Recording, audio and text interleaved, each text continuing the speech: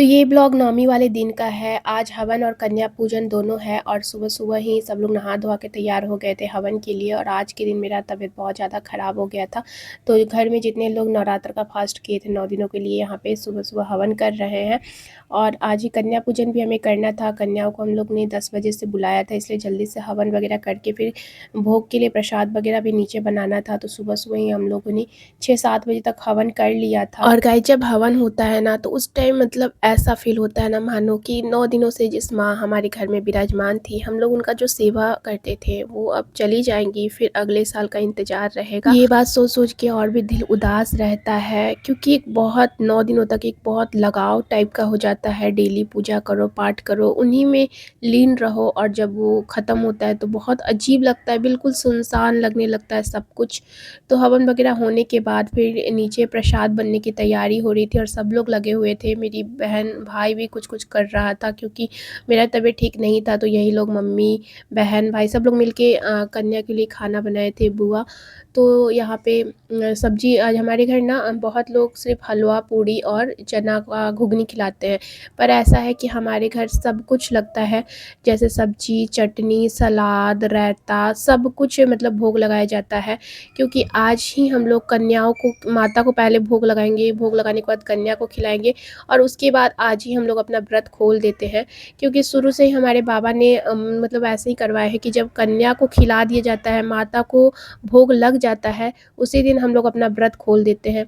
तो नीचे खाना बन रहा था और कन्या लोग भी आ गई थी, क्योंकि हम लोगों ने 10 बजे से बुलाया था। तो मैं ऊपर चली गई उन लोगों का पैर वगैरह धोने के लिए। आलता और महावर आलता लगा रहे हैं और बुआ भी साथ में नेल पॉलिश वगैरह भी यहाँ पे लगा रही थी।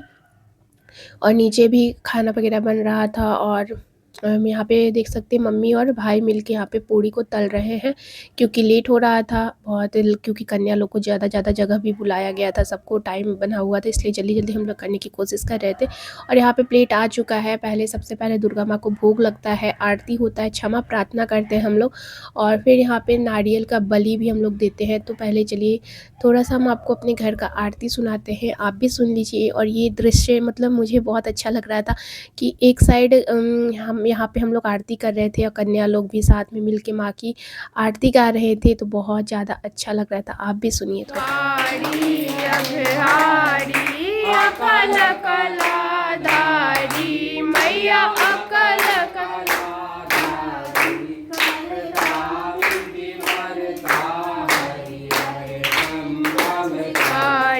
माँ जग। आरती और क्षमा प्रार्थना होने के बाद यहाँ पे माता रानी के सामने नारियल का हम लोग बलि देते हैं।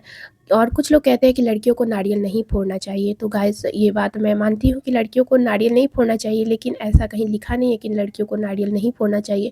और दूसरी बात कि जो आप दुर्गा सप्तशती का पाठ करिएगा, उसमें सीधे लिखा हुआ है कि जो लोग 9 दिन तक माँ का भजन और अर्चना करते हैं, उनकी उपासना करते हैं, उन्हें हवन और बलि दे के माँ को प्रसन्न करना चाहिए। और जितने लोग 9 दिन का पाठ करते हैं, उन्हें वहाँ पे साफ ही लिखा है कि उन्हें बलि देना चाहिए। तो इसीलिए यहाँ पे जितने लोग 9 दिन तक फास्ट किए हैं, वो यहाँ पे नारियल का बलि दे रहे हैं। तो बस माँ के सामने अपनी मनवांछित फल मांग के, और यहाँ पे सब लोग घर के जितने लोग थे वहाँ पे माँ के सामने बलि दिए। और फिर यहाँ पे जो भी हम लोग कन्याओं को गिफ्ट दे रहे हैं, पैसा गिफ्ट यहाँ पे हमने रखा हुआ है।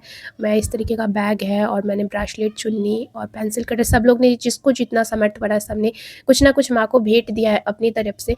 तो अब चलिए हम लोग कन्या पूजन करते हैं, क्योंकि ये लोग बहुत देर से वेट कर रही हैं। तो सबसे पहले इन्हें टीका वगैरह लगाते हैं, चुन्नी ओढ़ाते हैं।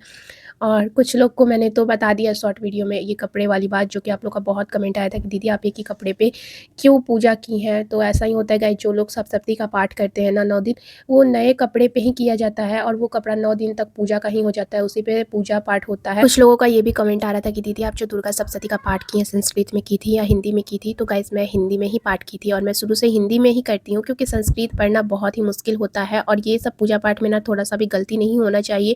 और जो चीज़ आपको समझ में ना आए पढ़ने पे, फिर वो पूजा ही क्या, सिर्फ और सिर्फ दिखावा के लिए पूजा नहीं करना चाहिए, मन की संतुष्टि के लिए भी करना चाहिए। और हिंदी में ऐसा है ना कि पढ़ने से सब कुछ समझ में आता है, और संस्कृत पढ़ने को तो पढ़ भी ले एक पढ़, लेकिन समझ में आना बहुत मुश्किल है। तो इसलिए मैं तो शुरू से हिंदी में ही की हूँ। और यहाँ पे जितना भी प्रसाद था भोग लगने के बाद जो कन्याओं को खिलाने के लिए आया था, यहाँ पे आ चुका है।